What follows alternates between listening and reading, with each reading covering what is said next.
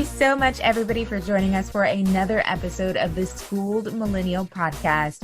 Just a quick note, if you've been with us for a while, you may have noticed we did a little rebranding and we changed our name from Schooled to now the Schooled Millennial Podcast. So this is just a small change, nothing huge, but it will be very good for our brand. It will allow us to be more specific and intentional about our target audience, and it also allows people to find us more easily when they search in their respective browsers. So small change, but really positive benefits and outcomes from this small change. So again, welcome to the now Schooled Millennial Podcast. And today I am joined by my other half. Introduce yourself. Hello, I'm the other half, also known as Jason. I'm glad to be not on Schooled, but the Schooled Millennial Podcast. That is my husband, Jason. He's been with us from the beginning, and you've probably heard him before if you have as well. So today, Jason and I thought it'd be a good idea, since we are now officially in holiday season, to talk about how millennials are surviving the holidays. We millennials are doing this differently than our parents did for a few different reasons, and we'll get into that a little later. But for now, we wanted to do this episode because we have been experiencing this in our own lives personally. We are a year into being married, just over a year into being married, and we have a difficult time navigating the holidays as newlyweds, trying to figure out whose house to go to, who to spend Thanksgiving with, who to spend, Christmas or Christmas Eve with. And it has created some tension and friction. Am I right, Jason? Yes. And how has that friction and tension affected our relationship and our relationship with our families? Well, I think a lot of it is just like a growing process, right? Because, we've been together for a few years now, but... More than a few. Yes. All right. Yes, that is true. More than a few years. But I think now that we're married, it seems like people have different expectations of us. And it seems like there's more of an expectation of, like, now it's not just Jason, it's not just Nia, it's both of us. So, and obviously the other part of it too is that, you have your family and my family, and trying to figure out ways to, be there for both families at the same time, can be tough sometimes, because people have different traditions, people have different expectations, and people also don't live right next door to each other. So trying to figure out a way to make everybody feel like they aren't being that everyone feels like they're part of the family and they aren't being that they're a priority, can be tricky sometimes.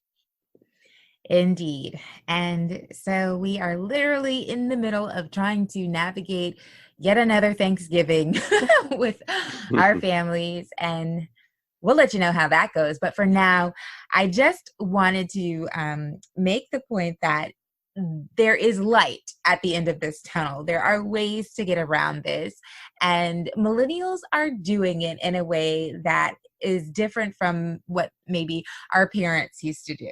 So this is challenging not only for married couples, but it's also challenging for single millennials as well, right?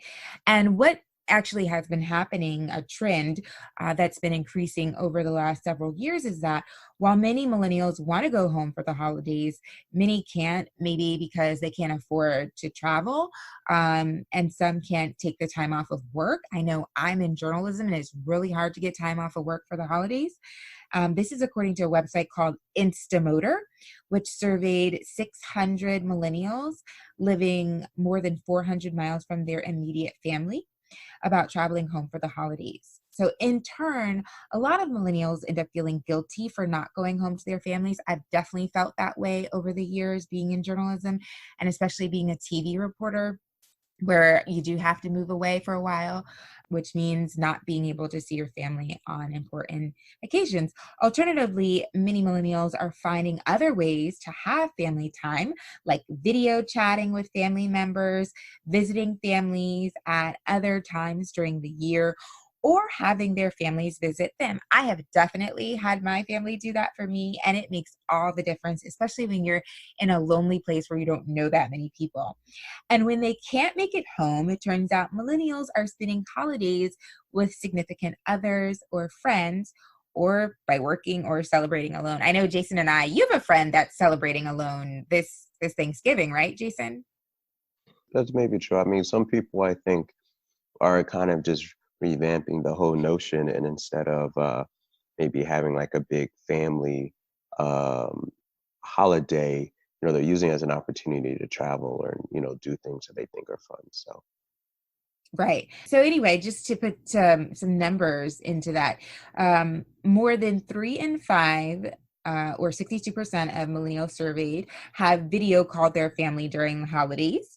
Nearly half of those surveyed, 47%, have visited their families at another time when travel was cheaper.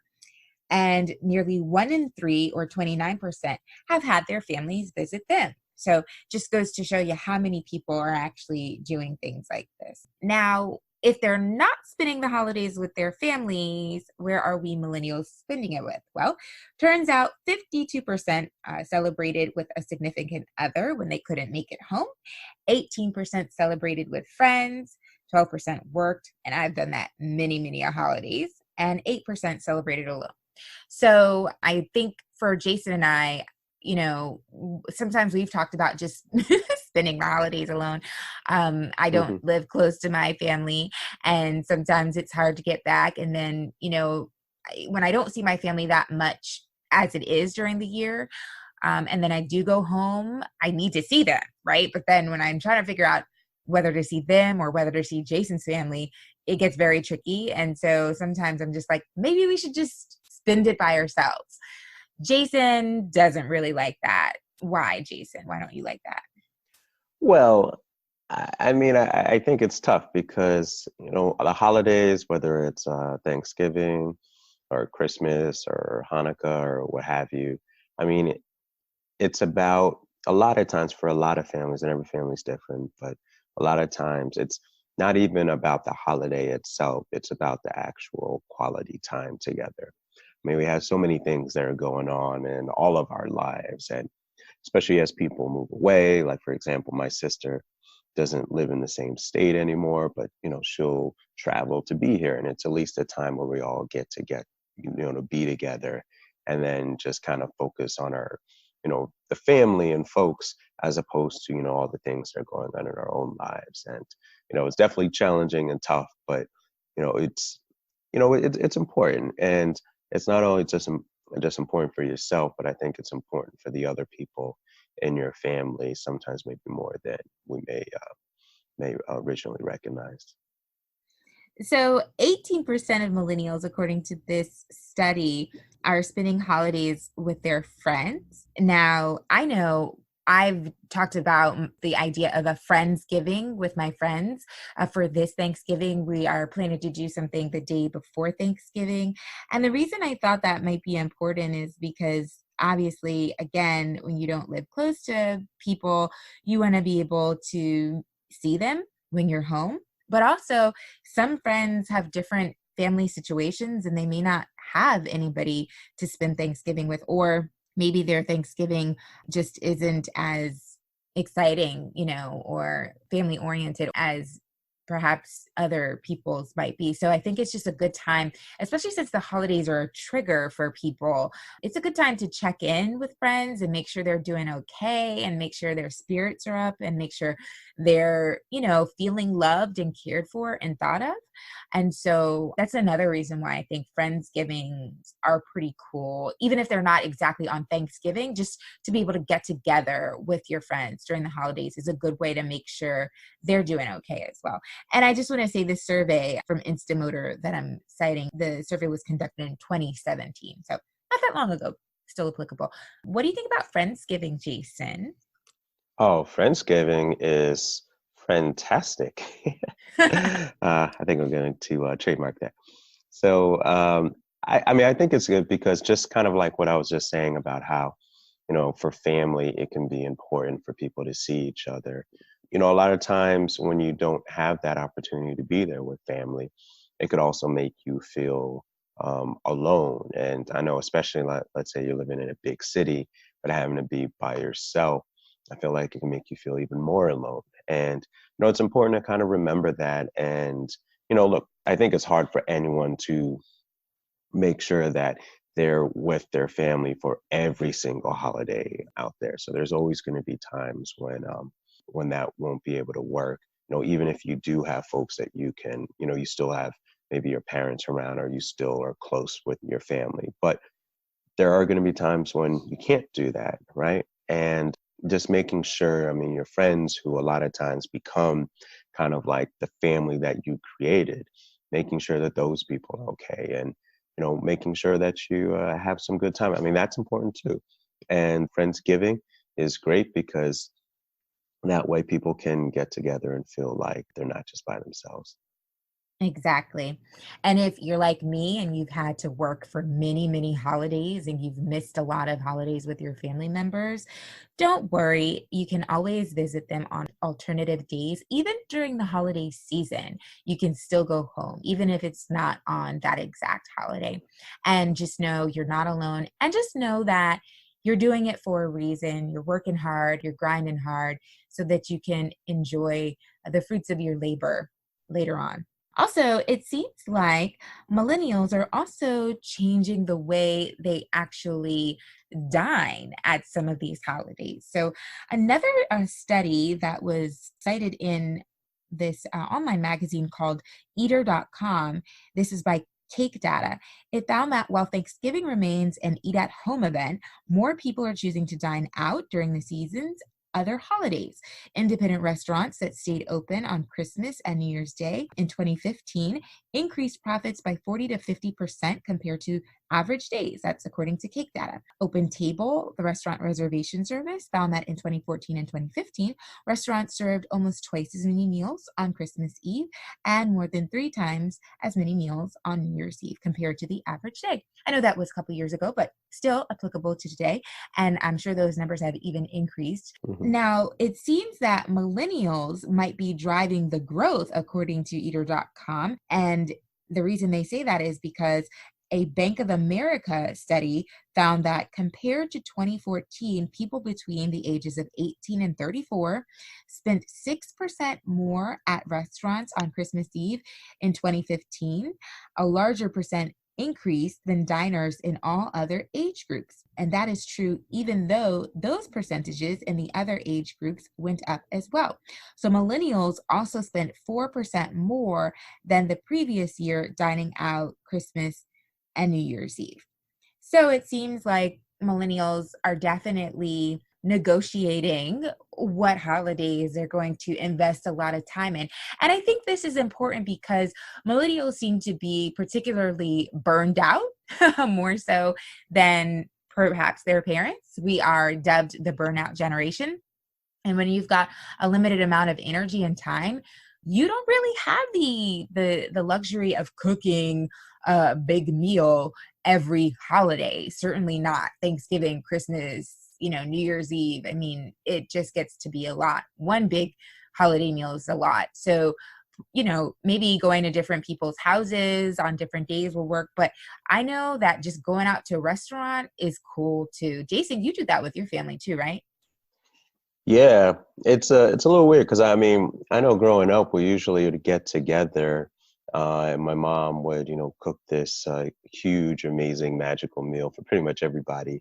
But I do know that more the last couple of years we've been getting together and we go to the same restaurant every year. And I mean the benefits of that is there's less of the stress of planning, like you're saying. You don't have to be able to cook everything, or people don't have to worry about having to redo whatever I make, for Thanksgiving because what I make is horrible. And this way you could kind of just be there at a certain time.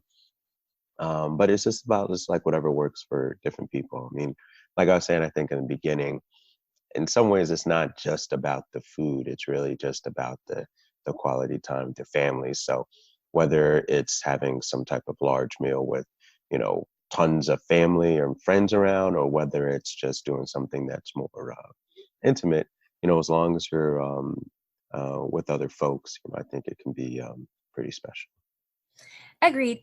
And finally, one other way millennials are doing holidays differently is by going to the movies. Now, this is not just a millennial thing. My mom loves going to the movies, and she loves going to the movies by herself often, and often does it on holidays as well. So, a study by Fandango that was cited in Variety.com back in 2017 found that so called millennials, customers between the ages of 18 and 34, were planning to turn out in droves that holiday season, lured by, new amenities in movie theaters, as well as some blockbuster hits. And it's something that a lot of movie executives look at heavily because they're competing with streaming services now, which is really eaten into a chunk of their revenue. So, like, are younger people still going to the movies? And it seems like they are, despite the streaming services. Fandango says that millennials continue to be a big part of their user base, with 41% of its monthly audience comprising some 22 million customers. So that's pretty interesting as well. And, it's just another alternative, especially if, again, you have to work or you can't get home for the holidays. Why not go see a movie, whether with your significant other or with friends? Go out to eat before or after, and, keep it simple. Makes sense to me. Yeah. So we wanted to round this out with a couple of tips for our millennial couples, whether you're married or you're in a relationship, long-term, short-term, whatever. So a couple of tips I found on this website. It's drchristinahibbert.com. Dr. Christina Hibbert is a clinical psychologist, speaker, and thought leader. And she talks about how to deal with holiday stress, right? It's her survival guide. And a couple of interesting points I just wanted to point out that she makes here. One, examine, alter, and communicate your expectations with your significant other, because when your expectations are too high or unrealistic, you find you're setting yourself up for failure. Am I right, Jason? You're so right. Yeah, I mean, the more you have like realistic expectations, and look, I mean, you do everything you can to try to be helpful and make it a special time, but you also got to remember that we're not always going to be able to please everybody out there. So, do what you can, and holidays aren't just about you giving back to other people. It's about everybody coming together, and do what you can, and you just gotta hope that the other folks will do what they can as well. Agreed. Second point, listen to your heart, not your head, Dr. Christina Hibbert says. Ask yourself, what is the loving thing to do? And then do it. And remember, pleasing others and loving others is not the same thing. And you do not have to please others in order to love them. What do you think about that, Jason? I think that's accurate and correct and definitely true. I mean, you got, like I was saying, you got to do what you can to, make it work, but it's not just about you doing everything. And, holidays can be stressful. They can be really stressful. And when you're putting in other components that have to do with other folks, which you can't control, that can be tough. But I think that you got to do your part, but recognize other people have to do their part too. But be honest, I think, with yourself about making sure that you're doing your part, so that that may mean compromising and not doing exactly what you'd like to do, but make sure you're giving your part. So at least that way, if the other folks aren't, or things go sideways some type, you could at least be able to have some type of solace in saying that you are doing everything you can to make sure that it was a good day. Agreed. And finally, know that it is okay to set boundaries. Dr. Christina Hibbert says healthy boundaries equal healthy relationships. Boundaries are really here to help us express our needs and keep us safe and healthy so we can send more love out. Yes, setting healthy boundaries is quite often the loving thing to do. How about that, Jason? Yeah, all about boundaries. Respect my boundaries. Okay. So how do we implement all of these good tips into our holiday relationship survival skills? Well, for couples, Dr. Christina Hibbert says, think of one or two things you would like your spouse to do for or with you, and then clearly communicate those things. But be ready and willing to compromise. One thing she also says is it's important to know that person's love language. So if they like gifts, make sure you get them a gift. If they're more into verbal affirmations, write a poem or do something thoughtful that way. I have to say, Jason and I, we have not taken that love language test. So that may be something interesting to do. And maybe we'll talk about it on a future episode. But yeah, Yay. Okay, so I see you're enthusiastic about that. But, seriously, this is a great piece of advice because it allows you. I know that I actually said to Jason yesterday when we were talking about what we were going to do for the holidays and whose parents we were going to visit. And, initially I said, I am not doing this and I am only doing this. And then I thought about it later and I said, wait, I didn't even ask him what he wanted to do. So I called him later and I said, I'm sorry. I didn't even ask you what you wanted to do. I only told you what I wanted to do and what I wasn't going to do. And I'm still learning because, I've only been married a year, but that's what marriage is all about, is being, thoughtful and cognizant of the other person's feelings as well as your own. And that's when I said, Nia, this Dr. Christina Hibbert says, you need to communicate your expectations and listen to your heart and not your head. So what can we do to make this work? And we should set some boundaries. And now I think we figured it all out. Yeah, that didn't actually happen, but in a perfect world. It could have. Yeah. No, but we're still working on it, but this is part of the process, right? And we're going to get it. We're going to get there. Finally, last piece of advice, extended families. How are we implementing our new holiday relationship survival skills into our dynamic with our extended families, right? Oh boy. Well, according to Dr. Christina Hibbert, remember you really cannot please everyone. So focus on communicating your love to your family while ensuring your own well-being as well. Simply say, I love you, and this is what I need right now. For example, you could agree to a holiday dinner with extended family, but not the entire 3-day cabin stay. You could stop by your in-laws for an hour or two, express your love and gratitude, and then go home. Wow, I feel like she's speaking to me directly. Oh my goodness. How about that, Jason? Yeah, that makes a lot of sense. I mean, I think that I know, like, especially like our first year, we tried to do everything we could to make everybody happy. And I was going to one and then going to the other. And, traveling on the holidays isn't the easiest, but, you do everything you can.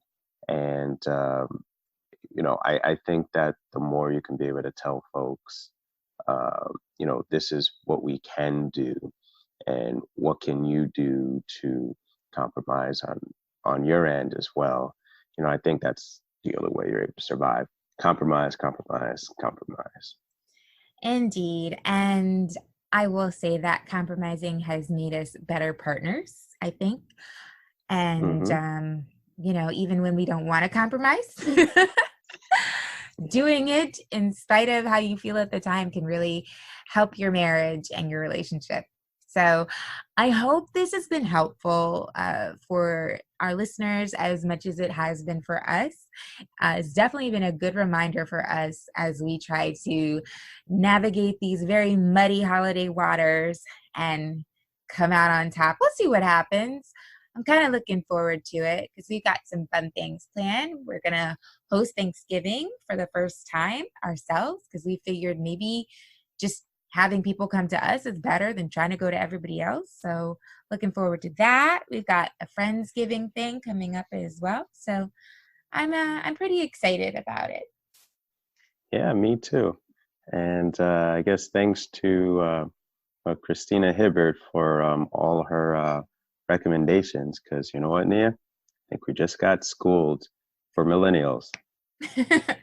I think we did too. So thanks everybody for listening. Now make sure if you are new to our podcast, you subscribe online through whatever podcast platform you get or you use. You can also subscribe on our website as well. Just search for the Schooled Millennial podcast. And also make sure you follow us on social media. So we're on Instagram. Just search the Schooled Millennial podcast and search for the same thing on Twitter and on Facebook, and you will find us. And that will allow us to keep you up to date with everything we're doing and all our wonderful, awesome guests and all our wonderful, awesome episodes. And if there's anything you want to know, you can also reach out to us directly. You can do that through our website as well. If there's anything you want to talk about or anybody you want to hear from, you can certainly suggest that, and we're happy to accommodate you. Any parting final words of wisdom, other half? Yes, holidays are about happiness and enjoying. It's not about being angry and frustrated. So whatever it is you got to do to get to the former, not the latter, do that. Agreed. Until next time, see ya. Bye.